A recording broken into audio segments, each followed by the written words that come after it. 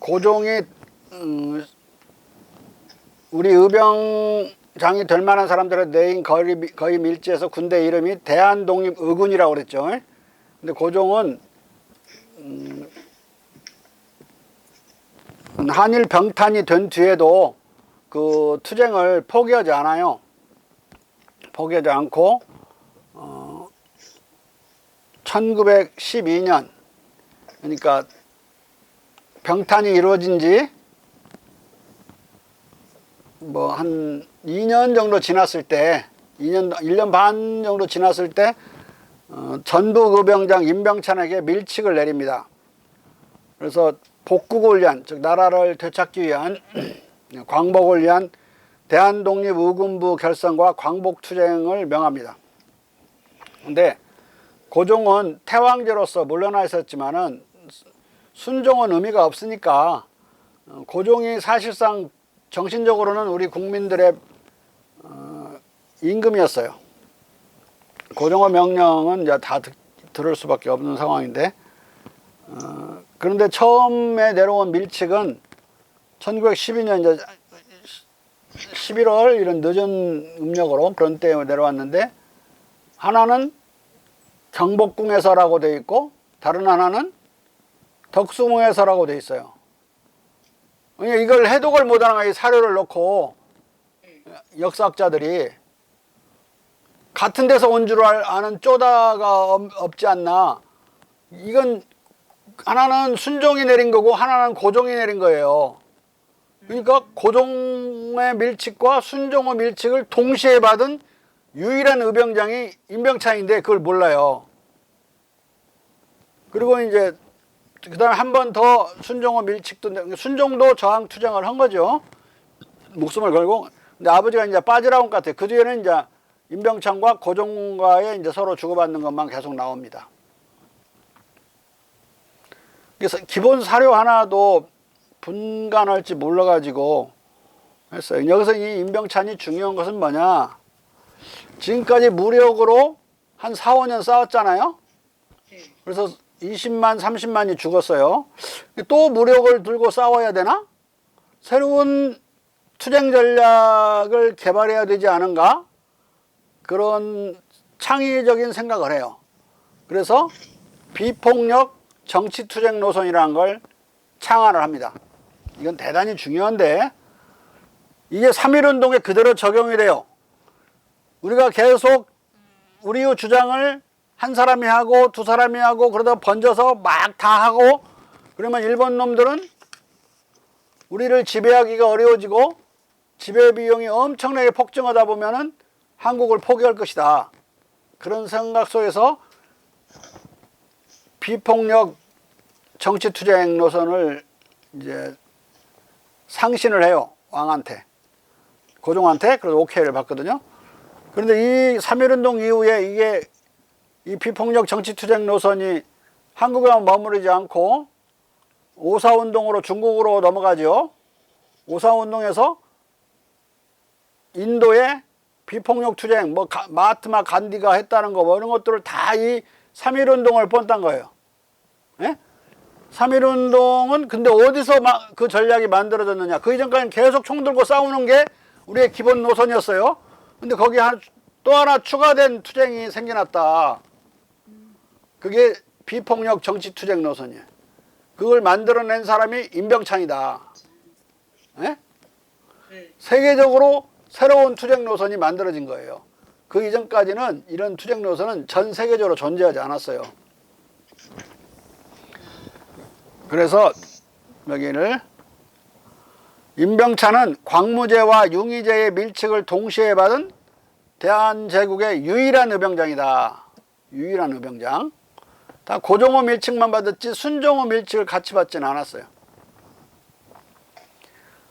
임병찬은 사상 초유의 비폭력 정치투쟁 전략과 대한독립의군부 조직 체계를 담은 관견을 써서 1914년 고종의 비준을 받고 극비리의 대한제국 비밀 정부인 대한독립의군부를 조직합니다. 전국적으로 다 조직을 했어요. 근데 관견이라는 말은 원래 대롱관자에 볼관자니까 대롱으로 이렇게 쳐다보는 거니까 좁게 본다는 소리죠. 보통 자기 자신의 의견을 낮춰서 관견은 보통 소견이라고 많이 하죠. 제 소견은 작을 소자 써서 겸손하게 자기 의견을 말할 때 소견, 관견이라고 그러는데 그런 의미의 관견이에요. 상당히 5, 60페이지가 넘어가는 대단히 긴 전략 전술 책이에요. 그것에 따라서 거기에 조직 체계도 나오고 논리도 나오고 방법도 나오고 수행 전략도 나오고 그 책자입니다. 소책자. 그러나 어떤 젊은 친구의 실수로 1914년 7월 3일 체포되어 1916년 5월 23일 병사하고 대한독립의군부는 해체되었습니다. 근데 이게 중요한 게 아니라 관견이라고 하는 그 전략 지침서는 전국에 이미 퍼뜨려져 있는 상황이었어요. 네? 전국 조직을 했었기 때문에. 그 퍼뜨려져 있는 그 전략에 따라 나중에 3.1운동이 일어나게 되는 거예요. 3.1운동이. 그러나 임병찬에 이제 해체되었지만 군부는 비폭력 정치 투쟁 전략은 관견의 전국적 살포로 팔도에 널리 알려져 있었다. 그리고 광복의 정당성을 주창하는 장서를 대량 투세해 여기서 핵심적인 내용이 꼴꾼, 나무꾼, 무리까지 포괄하는 만백성을 용동시켜, 용동시켜 치솟아 올라 움직이게 만들어. 이 용자는 치솟을 용자예요. 엮기할 때 술을 안 먹고 먹으려다 내려놓고 자꾸 내려놓는 사람 보고 뭐라 그래요? 장영란 선수냐 그래. 장영란 선수냐 그래요. 못 알아봤죠. 장영란? 장영란 선수야 자꾸 들었다 놨다 하게. 그러니까 술 안 먹는 사람인데. 역기 선수요. 역기 선수. 네, 근데 역도에 용상이 있죠. 용상. 그 용자가 치솟을 용자야. 한 번 꺾었다가 쫙 피고 올라와서 하는 그 종목. 용상 종목이라고 그래요. 네. 용상 그러면 무슨 용용자인 줄 알고 그러면 그 종목을 모르니까 어떻게 결혼하는지도 모르는 거죠. 알고 봐야 돼요. 그 같은 용자예요. 치솟아 올라서 움직이게 만든다. 어느 날 계속 이걸 던지고 알려주고 그런 사람까지 다 포괄하게 만들 수 있게 거적적으로 무기로 하는 게 아니라 거꾸로 일본군의 무기를 이임은 우리의 그롤로 제압한다. 이임은 재무의 전술로 즉 비폭력 정치투쟁 전술로 떨쳐나서게 하는 것이 이 전략의 핵심이에요. 어떻게 했죠? 3.1운동을? 우리의 주장을 비폭력으로 말로만 계속했죠. 대한독립 만세라고. 우리의 주장을 계속 한 거예요. 전국 거적적으로 일어났어요. 그러니까 어떤 놈들은 역사를 이어서 보지 못하는 놈들은 윤치호 같은 놈들은 짓는 개는 물지 않는다 그러면서 3.1운동 때 아주 우습게 알고 지나다니고 그랬는데 그러면 근데 3.1운동을 통해서 만들어진 게 대한민국이 만들어졌죠. 한국 헌법의 전문에 뭐라고 되어 있어요? 한국 헌법 전문에 우리 대한국민은 3.1운동과 대한민국 임시정부의 법통을 이어받아 이렇게 되어 있죠. 3.1운동으로 창건된 대한민국 임시정부의 법통을 이어받아 이렇게 되어 있어요.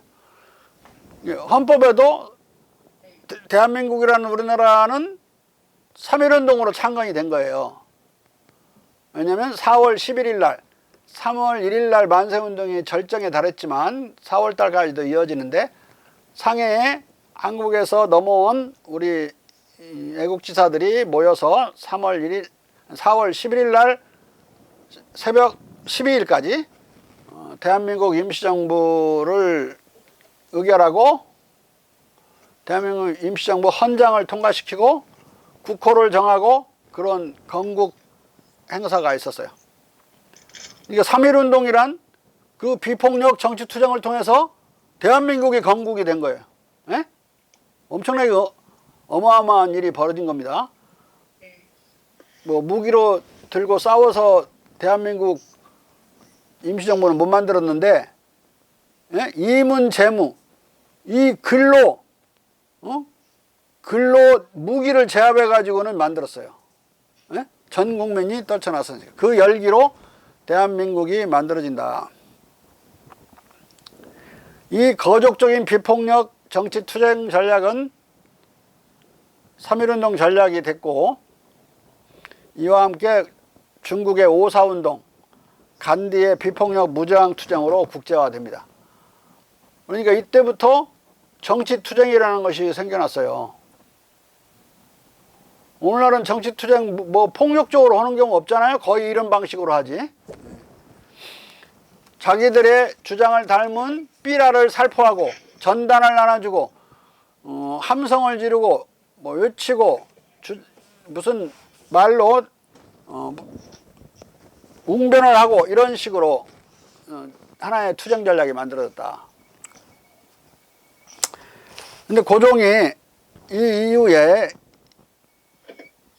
1914년에 이제 고종의 그 비준을 받았는데 이것은 이것대로 끝나고 고종의 독살이 3.1운동의 폭발 기점이 됩니다.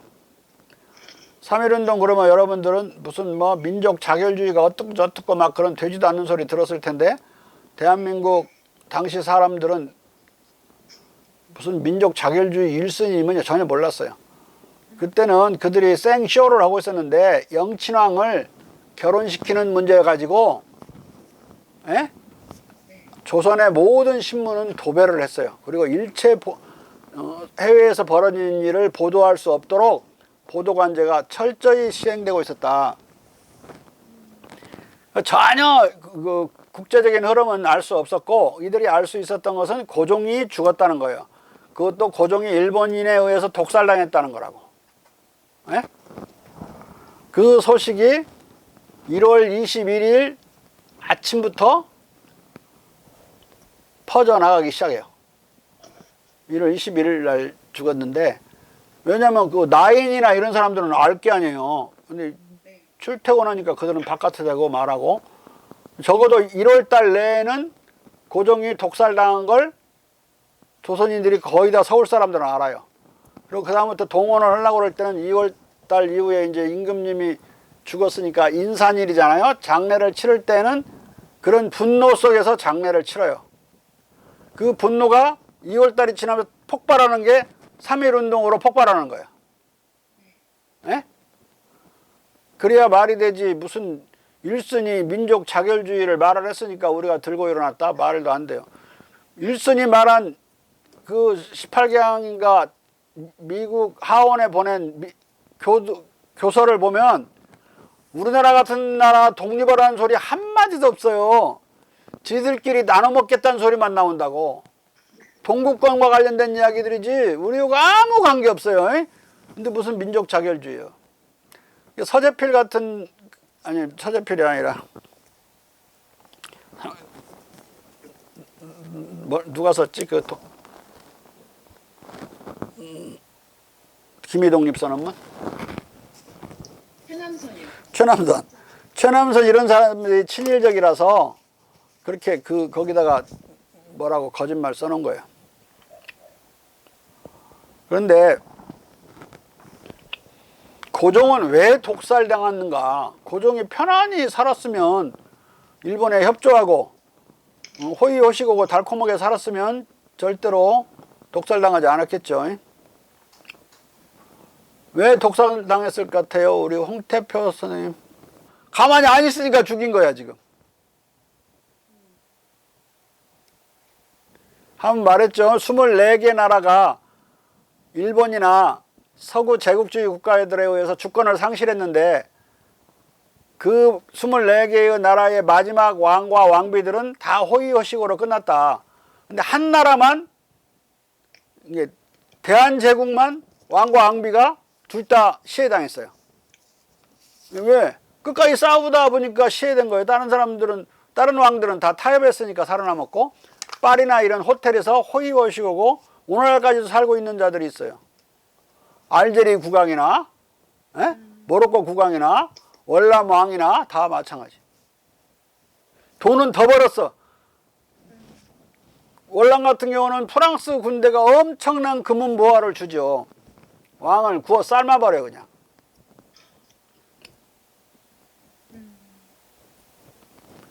근데 이 조선일보 놈들이 고종이 돈 받고 도장 찍어준 걸로 막 요새 지금 연재하고 있던데. 아니 돈 조금 받으면 그걸로 나라를 팔아먹는 거예요? 일본 놈들이 돈을 주려고 별짓을 다 하는데 민비한테 돈 주려고 지랄 떨어요. 받기도 하고 안 받기도 하고 일체 거부하면 또 해코지할까봐 조금씩 받기도 하고 다시 돌려보내고. 차관도 우리가 300만 원을 안 얻으려고 그러는데 강제로 차관 준다고 그러고 차관을 얻고 갚으려고도 못 갚게 하고 이놈들이 뭐 그런 상황인데, 그거 돈 몇 푼 갖고 나라를 팔아먹은 것처럼 돈 몇 푼 먹고 나라 팔아먹었으면 왜 죽이냐고. 바로 말도 안 되는 그런 역사를 조작하려고. 조선일보, 동아일보 이놈들은 완전히 친일파가 만든 신문이거든요. 일제 내내 1919년부터 45년까지 1월 1일이면은 천황폐하 부처 일면 톱으로 내놓고 만수무강 하시라고 그러고, 또 생일날 되면 또 만수무강 하시라고 그러고, 1년에 2번은 완전히 일면 전체를 장악해서 천황폐하 만만세 하던 놈들이 고종을 이제 죽이는 거야. 지금 연재되고 있어요. 교수님 질문해도 돼요? 네. 그 민비가 일제에 의해서 시해됐다는 것은 기정사실화되어서 역사적인 진실로 막 교과서에도 나오잖아요. 교과서에 안 나와요. 낭인들이 시해한 걸로 돼 있지. 근데 일본- 시해 당했다. 낭인들이 했다는데. 아니, 낭인들하고 조선인들하고 짜고 죽였다. 그렇게 우리 교과서 그렇게 돼 일종의 있죠. 죽음의 원인에 대해서는 언급이 아예 책에는 없는 것 같은데. 그거는 왜 그렇게 됐을까요? 아까 뭐 살당했다는 얘기를 되게 꺼려하거나 이렇게 잘 안 하는 것 같아요. 몰라서 안 하는 게 아니라 고종이 그럴 리가 없다고 생각하는 친일파들이 많으니까. 오늘 너무 처음 듣는 얘기가 많아서. 두 가지 중요한 일을 고종은 임병찬의 대한독립의군부가 실패한 일에 3년 정도 됐을 때 중요한 일을 꾸며요. 하나는 뭐냐면 파리 강화회의가 열린다고 그러니까 거기로 밀사를 다시 파견합니다.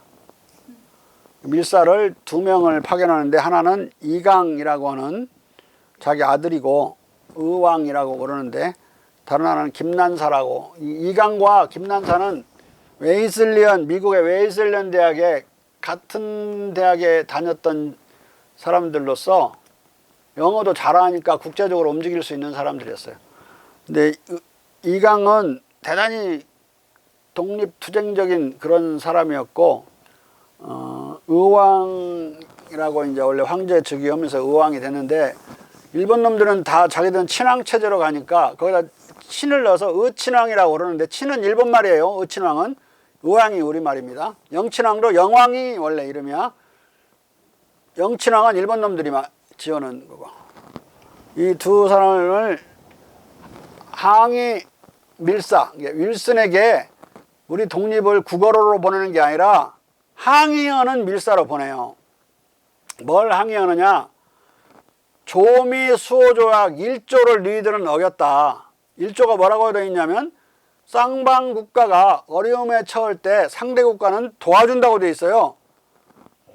근데 노일 전쟁 전후에서 한국이 어려움에 처했을 때 미국 놈들이 제일 먼저 미국의 주한 미 대사관을, 공사관을 문을 닫아버리고 일본군 아가리에다가 대한제국을 밀어넣고 일본군에게 전비를 다 대고 한 데가 미국 놈이거든요. 그러니까 어려움을 벗어나게, 곤란한 것으로부터 벗어나게 해준 게 아니라 거꾸로 몰아넣은 거니까 조약에 위배된 거잖아요. 근데 그걸 항의어로 보낸 거예요. 그런데 그 당시 1906년 당시에 일본군은 국제법을 어기게 됐다. 그 을사늑약을 맺은 것 자체가. 그리고 영국도 미국도 마찬가지로 국제법을 어겼다고 하는 프랑스 국제법 학자의 논문이 나와 있어요. 내가 다 읽어봤는데 전부 그 조영 수호조약의 1조, 조미수학의 1조를 다 들은 거예요. 그러니까 그 조약에 의해서 약속한 것을 위배한 거죠. 반대로 움직였죠. 반대로. 이것은 오늘날도 문제거리를 삼을 수 있는 거예요. 그래서 이걸 항의하려고 항해밀사를 파견합니다. 그리고 19년 1월경 한한사는 원래 이제 김난사인데 남편 이름이 하씨야, 하씨. 제물포 세관에 관리인 하씨인데 이름은 원래 김난사인데 서양은 남편 이름을 따라가잖아요. 그러니까 이제 하씨를 넣어서 선교사들이 많이 부른 것 같아요. 그래서 한한사로 많이 알려져 있어요. 근데 이상한 감기에 걸려가지고 북경에서 안타깝게도 이 여자가 병사예요. 이게 이강을 수행하게 돼 있는데. 그리고 고종이 그 문서를 다 찾아보게 만들어서 조미수호조약 원본을 복사해가지고 넘겨줘서 이걸 갖고 와서 따지라고 하거든요. 그리고 11월에 떠난 이강은 안동, 오늘날 단동이죠. 단동에서 일본군에게 또 체포돼 버려요. 이건 실패로 끝났지만은 이건 이미 고종이 죽기 전에 내린 명령을 이들은 지금 의왕은 지금 이행하는 거죠. 그리고 또 하나 이제 고종이 다른 거 하나 한 게 북경으로 망명하기로 결정을 하고 망명을 준비해서 행궁을 북경에 얻어요. 이제 그 행궁을 얻는 것이 문제였는데 큰 돈이 나가잖아요. 일본 놈들이 눈치를 채요. 눈치를 채. 이것도 이강인이 뭐 이런 것도 돈이 나가면서 눈치를 채요. 은행 돈이 빠져나가니까. 이 큰 목돈을 어디다 쓰려고 그러지? 그러면서 이놈들이 추적해서 결국은 의왕도 이제 잡아들이고. 그런데 이게 문제가 만약에 이 독립군들이 고종의 망명을 요청하기도 해요. 근데 그 말을 전하니까 이혜영이라는 사람 알죠? 우리 독립군 그 신흥무관학교 세운 분. 그 양반이 돈이 떨어져 가지고 국내로 들어가지고 그림을 동양화를 그려서 돈을 그걸 팔아서 돈을 모으고 있는 상황인데 고종의 친척과 이혜영 씨의 집안 아들 간에 그 사람 아들하고 결혼하는 일이 벌어졌어요. 그래서 그 결혼을 핑계대고 경운궁을 들어간 거예요. 들어가서 극비리에 망명을 타진해요. 고종은 여러 번 망명을 하려고 그랬었거든요. 악관으로도 망명을 했잖아요. 이러다 많이 나가려고 하는데 이 기회가 좋다고 해서 나가면 바로 오케이를 했다고 그래요. 이혜영이 남긴 말에 의하면. 근데 목적은 뭐였냐면 만약에 그 시대에 1918년 이런 시점에 독립운동이 여기저기서 벌어지기는 했지만 통일전선이 없어가지고 구심점이 없는 거예요. 그래서 서로 대장하면서 하고 있는 아주 혼란스러운 상황이었는데 왕이 딱 밖으로 나오면 그 왕을 중심으로 망명정부를 임시정부를 세울 수 있다. 그 계산하에서 그 부탁을 한 거예요. 그 정도 들어보고 말이 되니까 바로 오케이를 한 거예요. 더 고민하고 맞을 것도 없이. 그래서 이제 속전속결로 막 일이 진행이 되는 거죠. 근데 이놈들이 이걸 눈치를 채요. 두 가지. 파리로 항의 밀사를, 일선에 대한 항의 밀사를 파견한 것과 망명 기도가 다 두 개 다 일본 첩보에 의해서 포착이 된다. 이게 놔두면은 앞으로 큰 문제가 더 터질 수 있을 거라는 공포에 이놈들이 빠져들었겠죠. 고종이 이제 독립전쟁의 구심을 세우려는 독립군 단체의 열망에 따라 북경 망명을 결단을 했고, 극비리의 이회영의 망명 요청을 받고 이에 북경에 행궁을 설치했다. 이렇게 되어 있죠. 고종의 이 항일 움직임의 일제는 고종 독시로 응수를 한 것이다. 1월 20일 날 독시가 벌어졌고, 독시를 한 자를 연구를 해야 되는데 이 국사학자라는 자들이 단 한 놈도 무엇으로 독사를 했는지 그 독사란 그 독을 알지 못했고 연구도 안 했어요. 근데 여러 그 시체의 상태니 밀안된 거, 파랗게 된 거, 그 목에 입에서부터 목줄을 타고 여기까지 파랗게 검푸른색의 줄기가 있었던 거, 이런 것들을 다 보면 법의학적으로 이건 청산가리예요. 근데 그걸 알려면 법의학 책을 봐야 될 게 아닙니까? 이거 내가 한 서너 권 읽으니까 딱 그냥 청산가리구나 딱 알 수가 있어요. 그리고 그 이전에 민씨 영국 대사를 했던 미나무개가 있는데,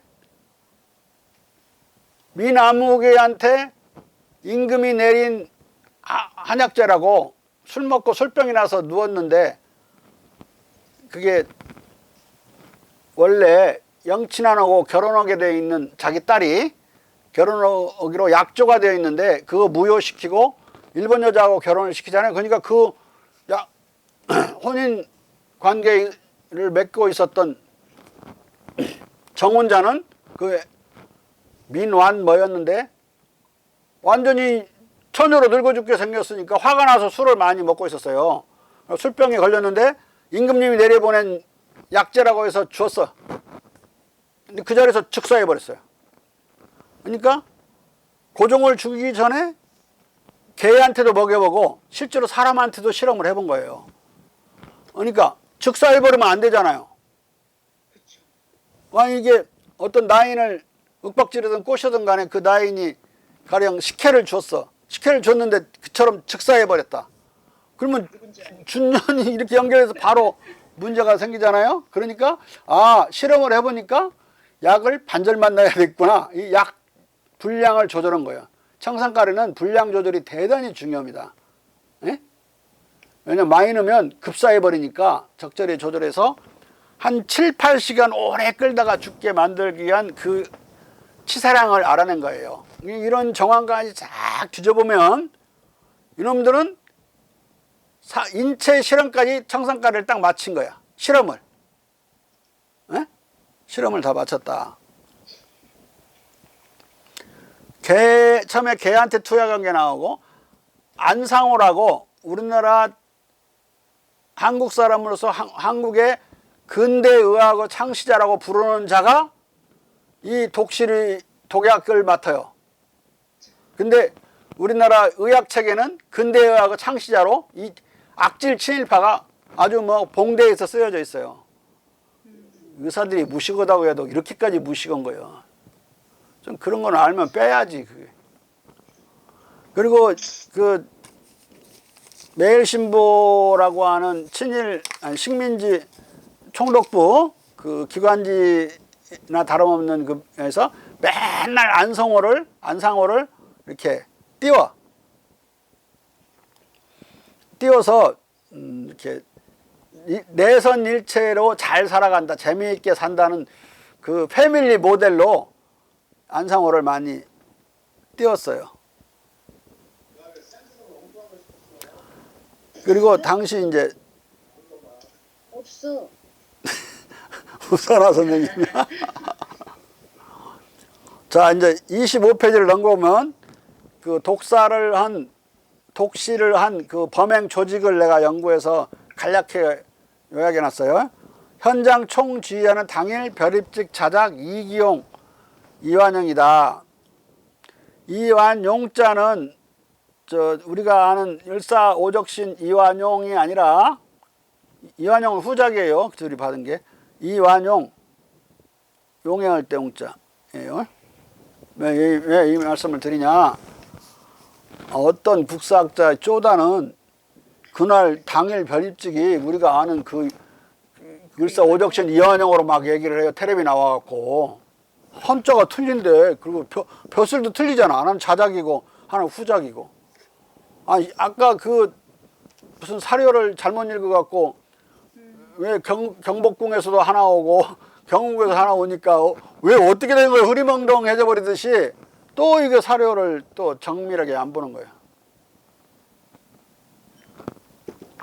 행동대장은 남작 한창수였고 당일 숙직사무관은 한상학이었다.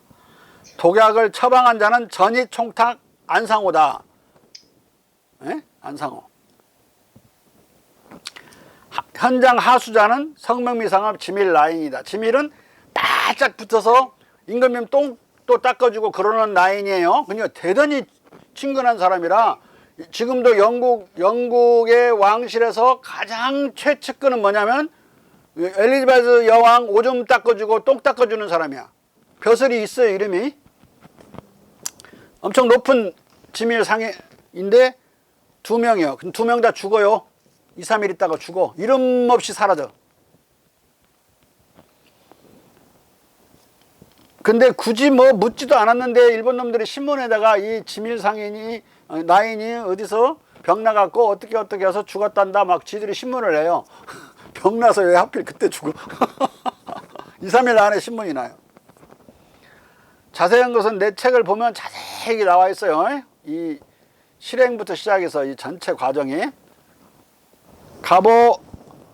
갑진회란과 국민전쟁을 보면 자세히 나와 있어요. 이 고종호 독시 과정이. 사용된 독약은 청산가리다 또는 시아나칼륨. 시의 목적은 고종의 파리 밀사 파견 북경 망명 기도를 방지하고 유사 사건이 재발하는 걸 막기 위해서 그런 거예요. 이 상황에서 만약에 고종이 밖으로 나갔다간 분명히 망명 정부는 들었을 것이고 우리 독립군은 한 20개, 30개 됐는데 그게 하나로 딱 단결하게 돼 있는 거예요. 그리고 재정 계산까지 다 하거든요. 이미 우리 동포가 만주와 기타 흩어져 있어 사는 게 300만이 넘었어요. 300만 명으로부터 아주 경미한 세금만 받아도 독립정부, 임시정부를 꾸릴 수 있다고 하는 계산을 해요. 그래서 그것까지도 이혜영 씨가 고종한테 얘기를 해요. 충분히 정부를 꾸릴 수 있다. 근데 고종은 이런 일을 하면서 어떻게 조심조심은 했겠지만은 목숨을 내놓고 해야 되지. 그게 자기 부하들만 계속 죽는 상황은 아니었죠. 그래서 이미 이 사람이 일찍이 이미 목숨을 내놨다는 것을 알 수 있는 사료가 있어요. 오늘 여기까지만 이제 하려고 그래요. 근데 이건 대단히 중요한 사료입니다.